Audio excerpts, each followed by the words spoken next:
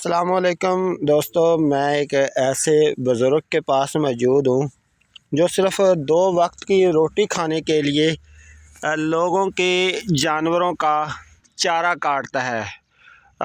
आग वगैरह, मज़दूरी वगैरह जो इनको मिलता है वो ये बुज़ुर्ग करते हैं सिर्फ़ 2 वक्त की रोटी के लिए।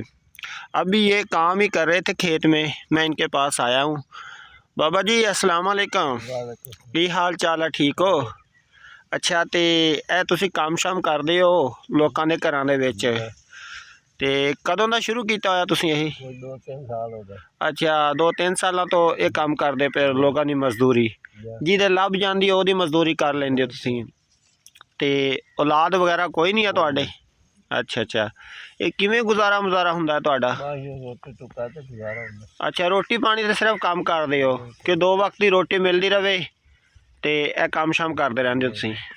अगर तुसी बीमार हो जावो तो फिर तुसी अपना इलाज वगैरह किस तरह करते हो? कोई पैसा पा हो तो कर लेंगे, नहीं तो गुजारा ही नहीं हो जाता। अच्छा, अगर कोई पैसा टका होवे तो इलाज वगैरह कर लेंदे हो, नहीं तो बस एवं अल्लाह दे आसरे ते बस अल्लाह शिफा देवेगा। कदे दिल दे विच हसरत होवे तुहाडे कि साडी भी औलाद हुंदी, सानू भी साਂਭਦੀ, कदे इस तरह की दिल च हसरत होई है? हाँ जी, हुण ते उम्र ही चली गई है, अल्लाह दे आसरे ते हुण ते बस